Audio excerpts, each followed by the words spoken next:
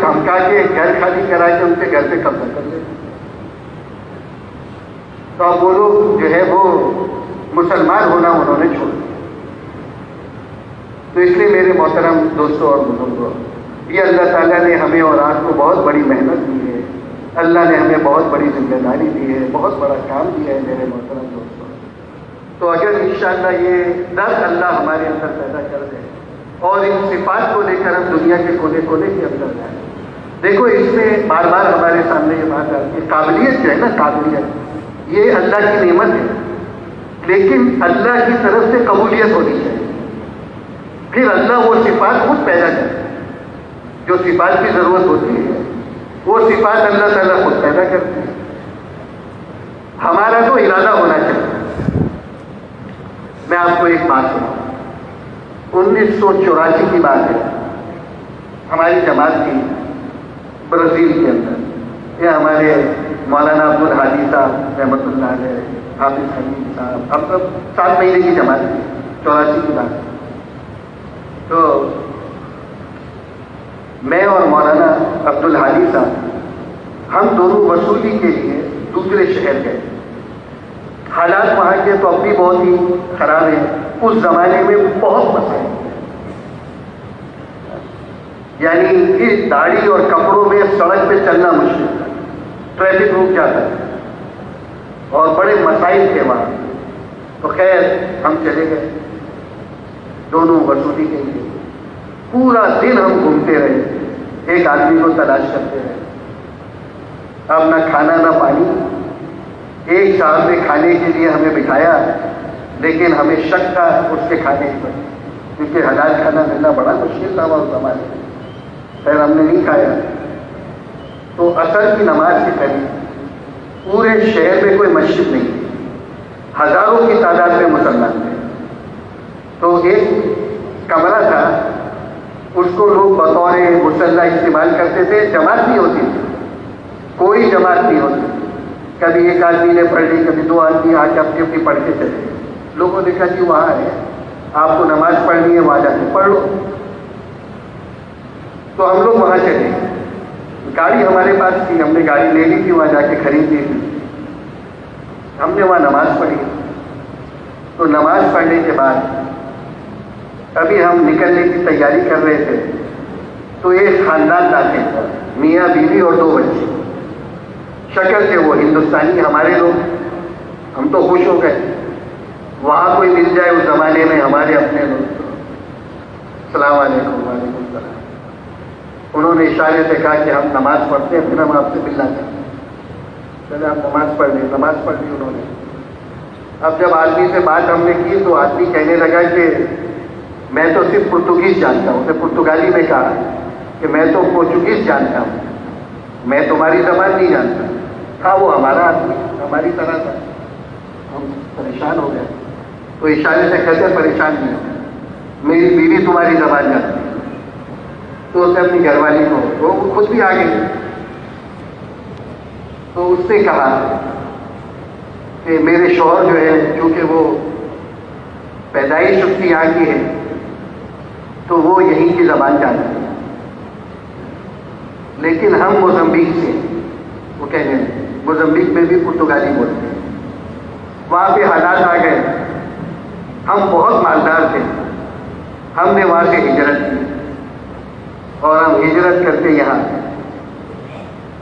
ہم نے اپنی ہجرت میں اپنی دنیا کو سامنے رکھا، اپنی آخرت کو سامنے نہیں رکھا. ہم نے دنیا دیکھ کے یہاں ہجرت، وہ عورت کہہ رہی ہم نے دنیا دیکھ کے یہاں ہجرت. تو کہنے لگی کہ میری تمنا تھی کہ میں اپنے دونوں بچوں کو حافظ قرآن بناؤں. اور موزمبیق میں تو ماشاءاللہ ماحول بھی ہے، لیکن چونکہ ہمیں یہاں آنا پڑا. ابھی ہم یہاں سے 100 کلومیٹر دور رہتے. ہم کسی کام سے آئے تھے، واپسی میں ہم نے کہا نماز پڑھنے. جس شہر میں یا بستی میں ہم رہتے ہیں وہاں کوئی مسلمان نہیں سوائے ہمارے. اب اگر میں مر جاؤں، وہ عورت کہتی ہے، تو اس بستی میں مجھے غسل دینے والی کوئی عورت نہیں، اور مجھے وہ عیسائیوں کے بیچ میں دبا دی. تو وہ عورت تو بالکل ہڈی اور چمڑا تھا، کاٹا ہو گیا. بہت روئی بہت، اور کہنے لگی بھائی صاحب، وہ اردو میں نہیں بات کر رہی، وہ ہماری ملکی زبان بول رہی، کیونکہ میمن بہت ہے نا وہ سب میں. کہنے لگے بھائی صاحب میں آپ سے ہاتھ جوڑ کے کہتی ہوں میرے لیے ہمارے لیے ایک دعا کر دیں.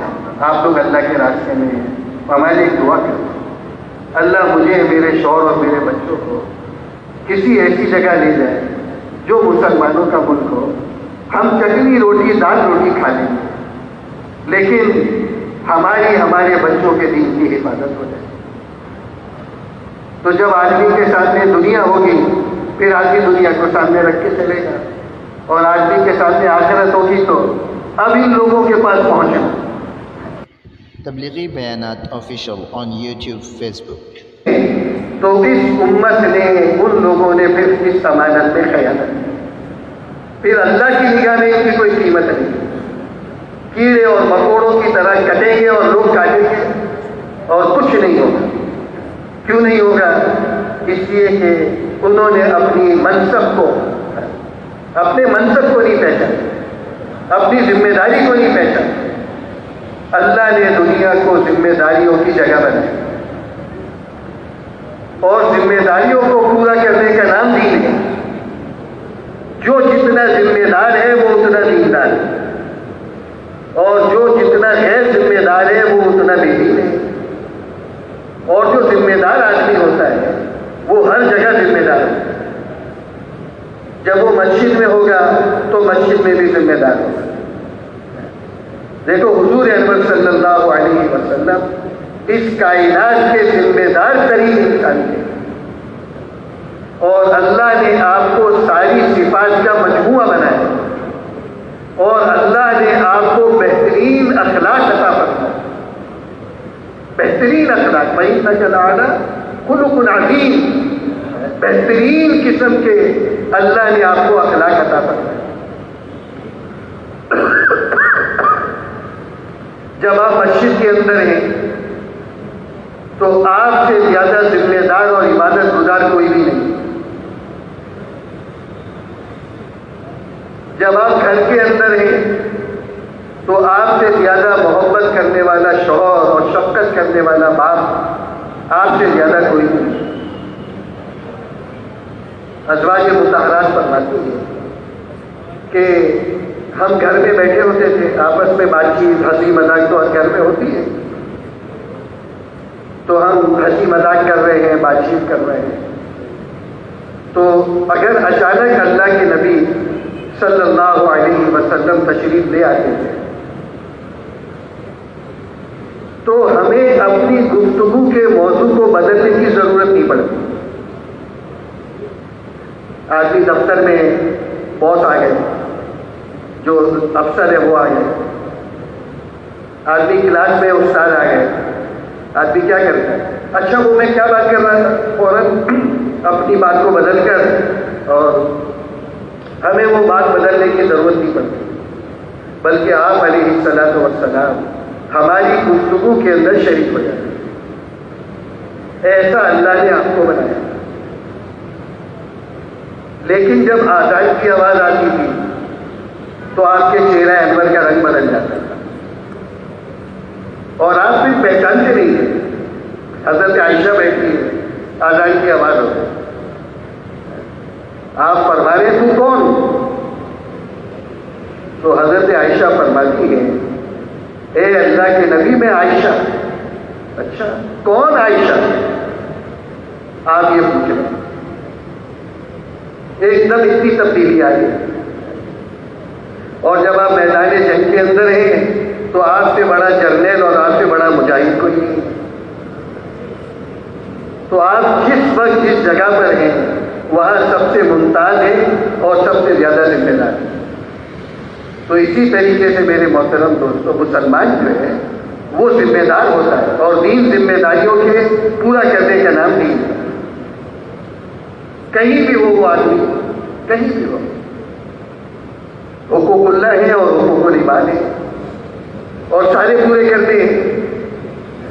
آدمی یہ سمجھتا ہے کہ بھائی میں مسجد میں ہوں اور عبادت میں ساری چیزوں میں، لیکن جب وہ مسجد کے باہر تو پھر کیا فارغ ہو گیا ان ساری چیزوں سے. کیسے چلنا ہے، کیسے لوگوں سے معاملات کرنے ہیں. یہ پارکنگ ہے نا، پارکنگ، یہ صحیح کرنا، یہ حقوق العباد میں سے. ایک دفعہ، بہت پرانی بات ہے، ہمارے مکی مسجد جو ہے، ہم اس کے اندر گاڑیاں کھڑی کرتے تھے. یہ پورا کچا تھا علاقہ، جو باؤنڈری بنی ہوئی ہے نا مسجد جہاں سے شروع ہو رہی ہے، اس کے باہر وضو خانے کا جو علاقہ ہے وہ پورا اس زمانے میں کچا تھا. تو اس وقت ہم گاڑیاں اندر کھڑی کرتے تھے. تو ایک دن میں مکی مسجد آیا عصر کی نماز سے پہلے، تو میں نے گاڑی کھڑی کی. تو میرے برابر میں بھائی ابراہیم جبار صاحب رحمۃ اللہ علیہ، وہ بھی گاڑی پارک کر رہے تھے. تو انہوں نے مجھے آواز دے کے بلایا اور کہنے لگے، فرمانے لگے کہ آپ کی گاڑی تھوڑی سی تیزی، اگر آپ اس کو سیدھا کرتے تو 2 کی جگہ میں 3 گاڑیاں آ جائیں گی، اور یہ حقوق العباد میں سے، یہ حقوق العباد میں سے ہے. اب یہ لال بتی جل رہی ہو نا ٹریفک کی، اس پہ گزر جانا، پوچھ لے علماء سے کیا پڑھا، کہتے گناہ کبیرہ ہے. یہ حقوق العباد میں سے. تو بعض دفعہ آدمی ان چیزوں کی طرف آدمی کا ذہن نہیں جاتا. تو جس آدمی کو اللہ تعالیٰ دعوت کی محنت کے لیے قبول کریں گے اور لوگوں کی ہدایت کا ذریعہ بنائیں گے، وہ تو ایسے لوگ ہوں گے جو ذمہ دار ترین لوگ ہوں گے. غیر ذمہ داروں سے اللہ کام نہیں دیتا. غیر ذمہ دار آدمی ہوتا ہے نا، اس سے اللہ نہیں کام لیتا. ذمہ دار آدمی ہوتا ہے، اس سے اللہ تعالیٰ کام لیتا. تو ہمیں میرے محترم دوستوں، یہ جو صفات ہے یہ اپنے اندر پیدا کرنی ہے، اور اس کے لیے ہمارا اللہ کے راستے کے اندر، اس کے لیے ہمارا نکلنا ہے اللہ کے راستے. دیکھو ہر چیز ہوتی ہے نا، اس کا کوئی مقصد ہوتا ہے نا. ایک آدمی کھیتی باڑی کرتا ہے، اس کی محنت کا مقصد کیا ہے؟ غلہ حاصل کرنا، پھل حاصل کرنا، وغیرہ وغیرہ، یہی مقصد ہے. اگر کسان کو پتہ چل جائے یا زمیندار کو پتہ چل جائے کہ میری اس کھیتی باڑی کی محنت سے اس سال مجھے کچھ نہیں ملے گا، فصل خراب ہو جائے گی، وہ آدمی محنت کرے گا؟ وہ نہیں کرے گا محنت. تجارت کی محنت کا مقصد کیا ہے؟ منافع کو حاصل کرنا، نفع کو حاصل کرنا. اگر ایک تاجر کو پتہ چل جائے کہ اس کاروبار سے مجھے نفع نہیں ہوگا، تو وہ تاجر اس تجارت کو کرے گا؟ کہتے نہیں کرے گا وہ، کیونکہ آدمی تجارت کرتا ہی نفع کمانے کے لیے ہے. تو تبلیغ اور دعوت کی جو یہ محنت ہے، اس سے ہم کیا چاہتے ہیں؟ تو میرے محترم دوستو، دعوت کی جو محنت ہے، اس کے ذریعے سے ہم ہدایت چاہتے ہیں. دعوت کی جو محنت ہے، اس کے ذریعے سے ہم احساس ذمہ داری چاہتے ہیں کہ آدمی کے اندر ذمہ داری کا احساس پیدا ہو جائے، اور کہیں بھی اللہ کی نافرمانی نظر آئے تو اس آدمی کے اندر ایک درد پیدا ہو جائے کہ یا اللہ یہ کیا ہو رہا ہے اور اس کے لیے مجھے کیا کرنا چاہیے. عام طور پہ کیا ہوتا ہے کہ جی ہم کیا کریں بھائی، ہمارے کرنے سے کیا ہوگا بھائی، ہم اکیلے جو ہے نا، وہ کہتے تو اکیلا ہی ساری کائنات ہے، اگر میں سدھر گیا تو جگ سدھر گیا، میں نے اپنی ذمہ داری پوری کر لی تو سارا کام. اگر ہر آدمی یہ سوچے تو مسئلہ حل ہو جائے گا. ہوگا یا نہیں ہوگا؟ ہو جائے گا. تو اس کے لیے میرے محترم دوستوں یہ کہتے ہیں کہ بھائی تبلیغ، یہ جو دعوت کی جو محنت ہے، اس کو سمجھ کر کریں. دل و دماغ کہتے ہیں نا، دل و دماغ اس کام کو دو اور اس کام کو سمجھے. ہم ایک ہے ویسے ہی کرنا، تو ویسے ہی کرنا بھی نفع سے خالی نہیں ہے. وہ جو اجر و ثواب ہے وہ انشاءاللہ سب ملیں گے، لیکن اصل مقصد یہ نہیں ہے. جو آدمی کام کو سمجھ کے نہیں کرے گا، وہ کام کو بغیر سمجھے چھوڑ بھی دے گا. بغیر سمجھے کیا، بغیر سمجھے چھوڑ دیا. اب حالات آ گئے پچھلے دنوں میں، یہ کام نہیں ہو رہا. کام کیوں نہیں ہو رہا؟ کام پہ کیا پابندی ہو؟ کوئی کی پابندی ہے؟ وہ فرمانے لگے، اور یوسف صاحب کے زمانے کی بات ہے کہ بھائی شب جمعہ ہے، ہمارا منگل کا مشورہ ہے، یہ ہماری ضرورت ہے، ہمارے اجتماع کا ہونا ہے، یہ ہماری ضرورت ہے، لیکن اصل یہ کام نہیں ہے۔ اصل جو کام ہے وہ تو انفرادی محنت ہے، اصل جو کام ہے وہ لوگوں کے پاس چل کے جانا ہے۔ ہم پوری سیرت کو اٹھا کے دیکھ لیں تو آپ کی جو محنت ہے وہ زیادہ تو ہمیں اس پر ملتی ہے، اجتماعی اور اجتماع اور بیانات تو بہت کم ملتے ہیں۔ لیکن یہ بھی ساتھ فرمانے لگے کہ لیکن خطرہ کیا ہے؟ خطرہ یہ ہے کہ بڑی تعداد میں لوگ انہی چیزوں کو کام سمجھیں گے۔ اب وہ اجتماع میں آتے ہیں نا لوگ، بڑا نیا مجمع بھی آتا ہے، اب وہ بات کرنے والا بھی مطمئن، سننے والے بھی مطمئن، کام ہو گیا۔ شب جمعہ میں آئے، عصر کا بیان، مغرب کا بیان اور فجر اور جو بیانات ہوئے، اب ہزاروں کا مجمع مطمئن ہو کے جا رہا ہے بات کرنے، ماشاءاللہ بڑا مجمع ہے۔ تو وہ اجتماع میں لوگ آتے ہیں نئے نئے، ایک صاحب آئے، بہت بڑے آدمی تھے دنیا کے حساب سے، بھائی کیسا رہا آپ کا اجتماع رائے میں؟ الحمدللہ۔ بھائی کیا بات ہے؟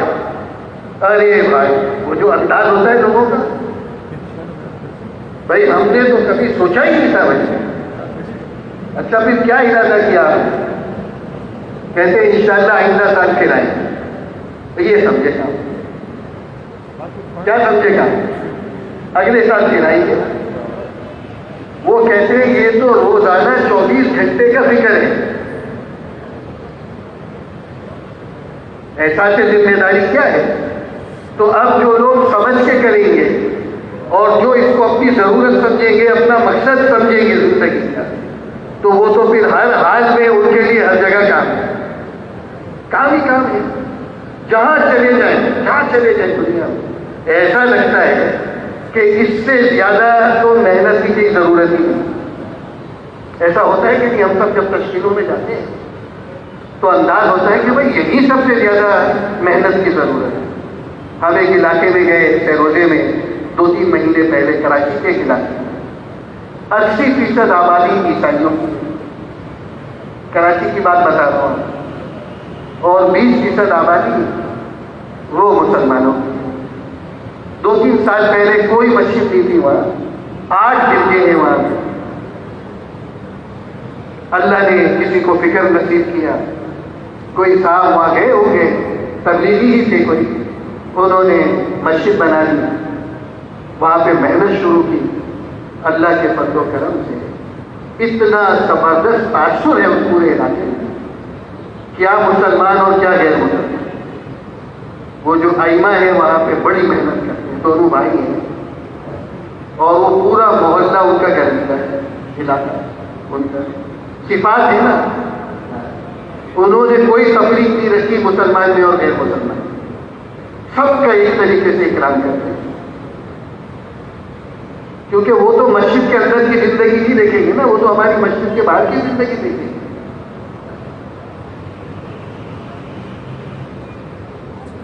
تو کام کرنے کے لیے والے کے لیے ہر جگہ کام ہے۔ تو میں نے ان سے ایک سوال کیا، میں نے کہا کہ کچھ لوگ بھی مسلمان ہو رہے ہیں ان سے، انہوں نے کہا کہ یہ شروع میں ہوئے تھے، جب ہم یہاں پر آئے ہم نے محنت شروع کی تو شروع میں ہوئے تھے، اب نہیں ہوتے۔ میں کہا اب کیوں نہیں ہوتے؟ تو کہنے لگے یہ جو بازار ہے محلے کے باہر، اس میں مختلف دکانیں ہیں، بازار تو سارا مسلمانوں کا ہے، تو اس میں کچھ لوگ ہیں وہ قسطوں پہ سامان لیتے ہیں اور وہ قسطوں پہ پیسے بھی دیتے ہیں سود کے اوپر۔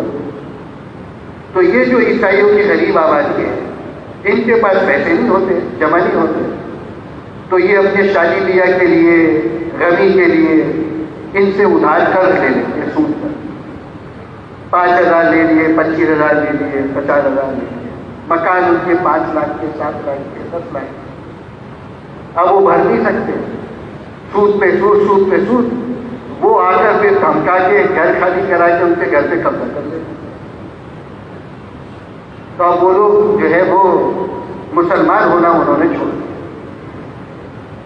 تو اس لیے میرے محترم دوستوں اور بزرگوں، بنانے کی محنت ہے۔ اگر ہم یہ چاہتے ہیں کہ ہم اپنے دین پر جمیں اور اپنے ایمان پہ جمیں، اور پھر ہم اس اپنے ایمان پر بڑھیں اور لوگ دین کے اندر داخل ہوں، تو اس کے لیے ماحول کا بننا بہت ضروری ہے۔ اور یہ بہت ہی عام فہم اور روزانہ ہمارے تجربے کی بات ہے۔ پانی کو فریج میں رکھتے ہیں تو ٹھنڈا ہو جاتا ہے، چولہے پہ رکھتے ہیں تو گرم ہو جاتا ہے۔ کہتے کیوں ہوتا ہے ایسا؟ کہ وہاں ٹھنڈک کا ماحول ہے اور یہاں کیا ہے، گرمی کا ماحول ہے، تو ماحول کا اثر آدمی لیتا ہے۔ کوئی آدمی یہ کہے کہ جی اپنا ایمان مضبوط ہونا چاہیے، ماحول جیسا بھی ہو، اس قسم کی باتیں ہم کبھی آپ اور آپ سنتے رہتے ہیں کبھی کبھی، جی اپنا دل صاف ہونا چاہیے۔ تو میرے محترم دوستو، یہ فطرت کے خلاف ہے۔ اللہ نے ہم کو بنایا ایسا ہے کہ ہم ماحول کا اثر لیں گے۔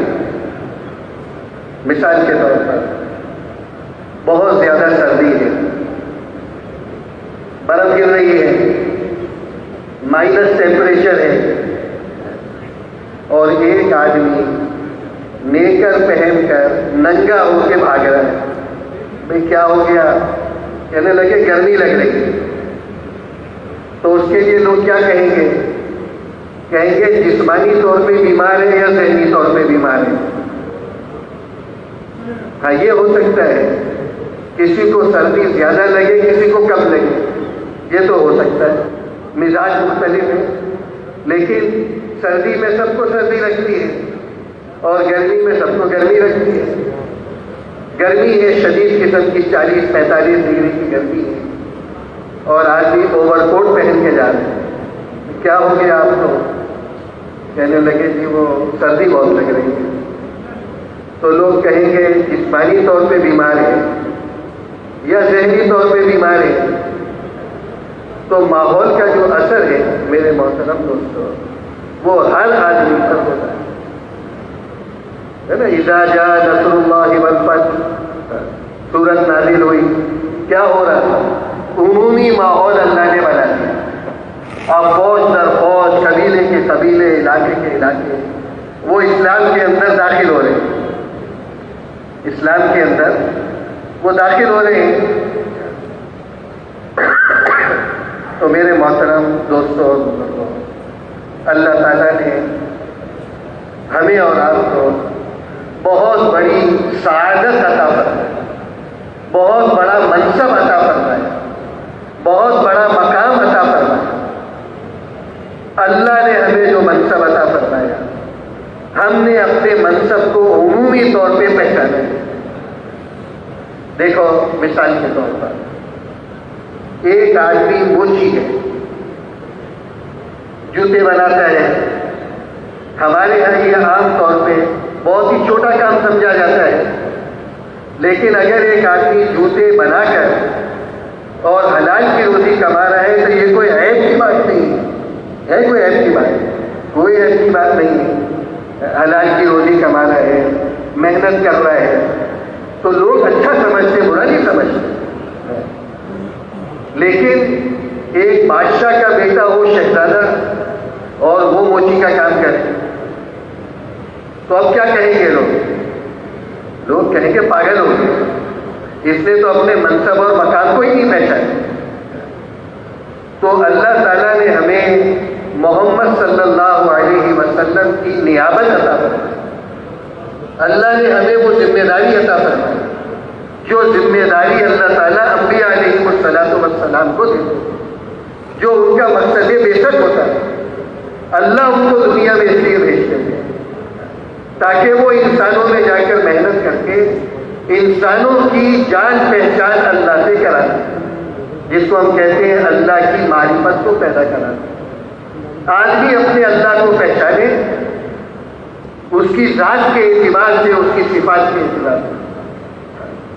جب اس اللہ کی بڑائی دل میں موجود ہوگی اور اللہ کی طاقت اور اللہ کی صفات سامنے ہوگی تو پھر آدمی دل سے کہے گا اللہ اکبر، پھر آدمی چیزوں سے تاثر نہیں لے گا، پھر آدمی اللہ کے احکامات سے تاثر لے گا. تو اللہ تعالیٰ نے ہمیں بہت بڑا منصب اور مقام عطا فرمایا. بہت بڑی اللہ تعالیٰ نے ہمیں ذمہ داری دی ہے. اگر ہم اپنے منصب پر ہوں گے، مقام پر ہوں گے، تو اللہ کی وہ مدد ہے جس کا اللہ نے قرآن میں وعدہ کیا اور اللہ کے نبی علیہ السلام نے جس کا وعدہ فرمایا. اللہ ان مددوں کو ظاہر کرے. اللہ کی وہ مددیں نظر آئیں. اللہ تعالیٰ ہمارے کام اللہ اعمال کے ذریعے سے ہمارے کاموں کو بنائیں. ہمارے کام پھر اللہ اسباب کے ساتھ بھی بنائیں گے، بغیر اسباب کے بھی بنائیں گے.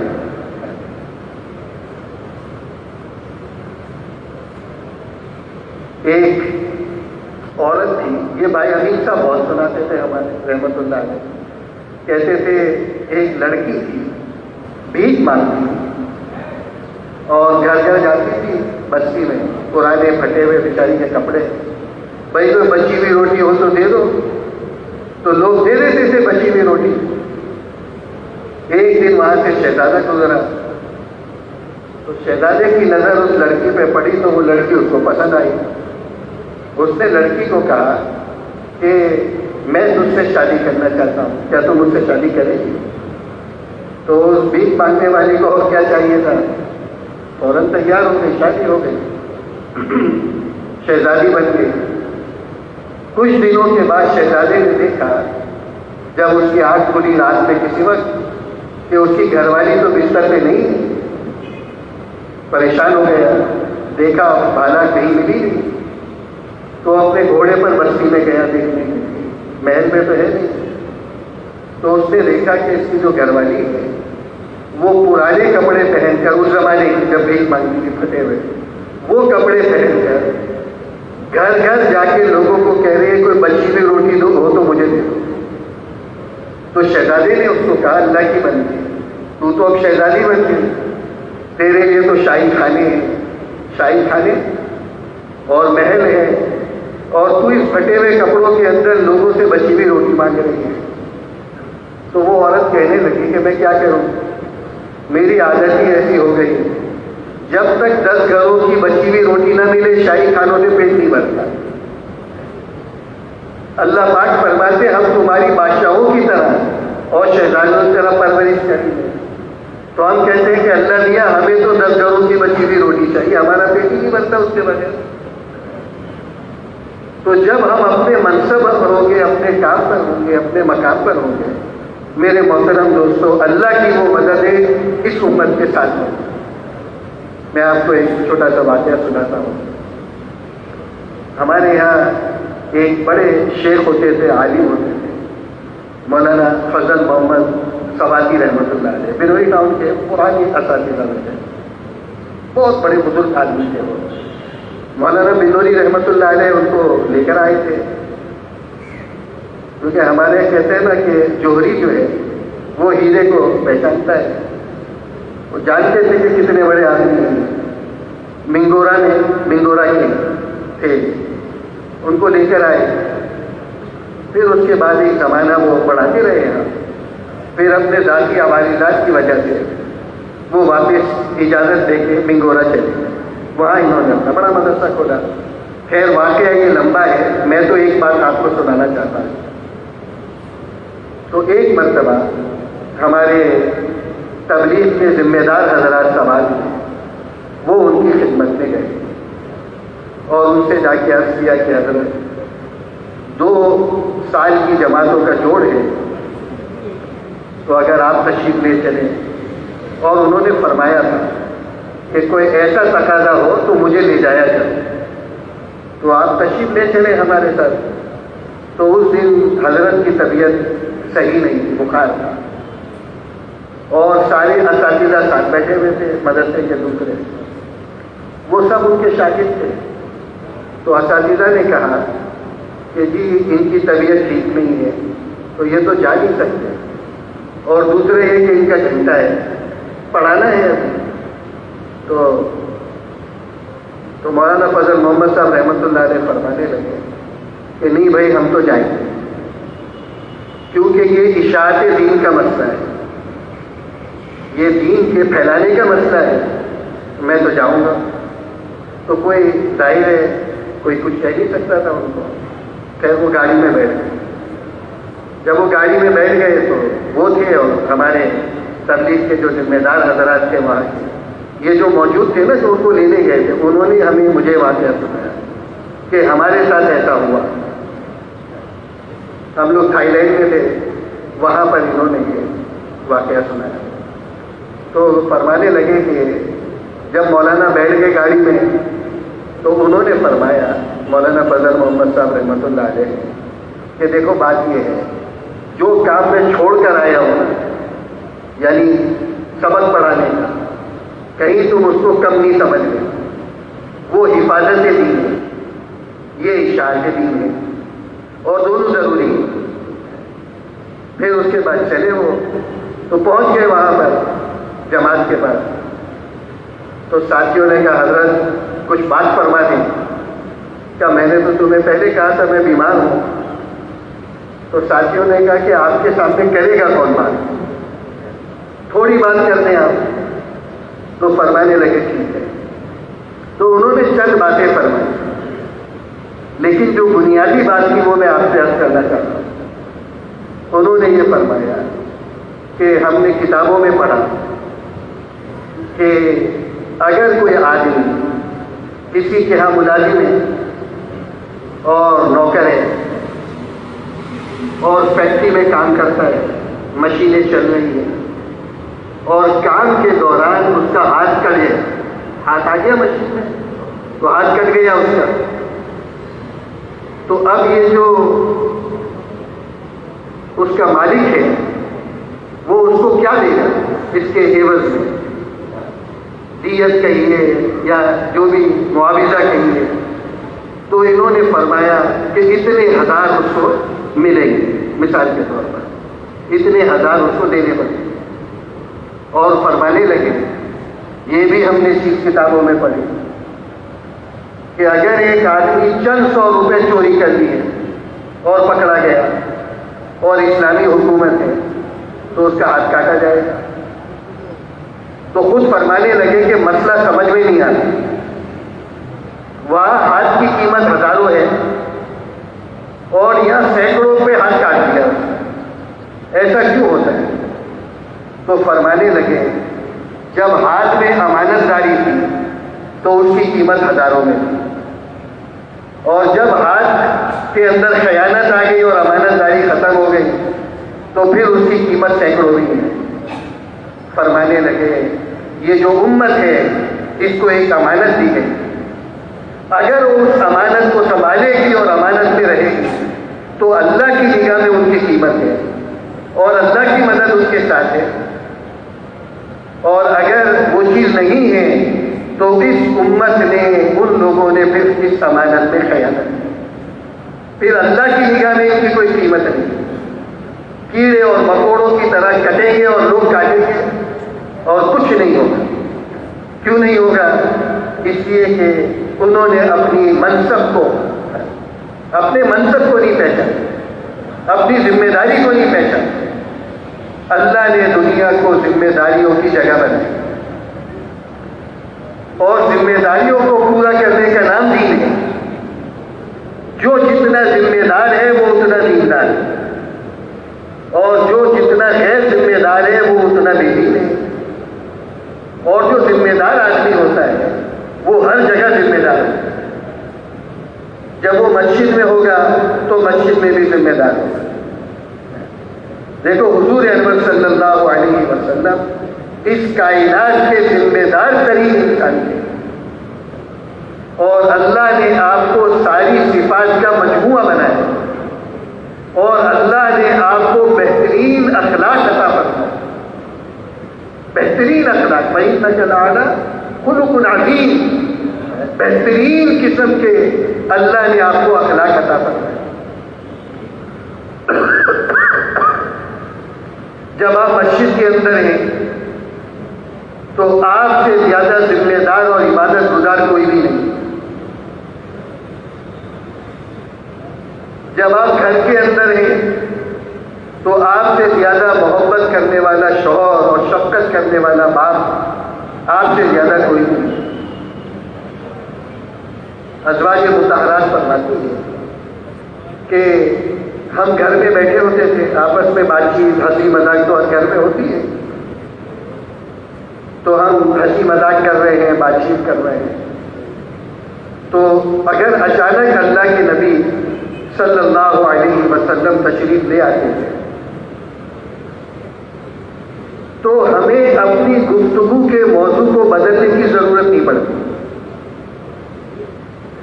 آدمی دفتر میں باس آ گئے،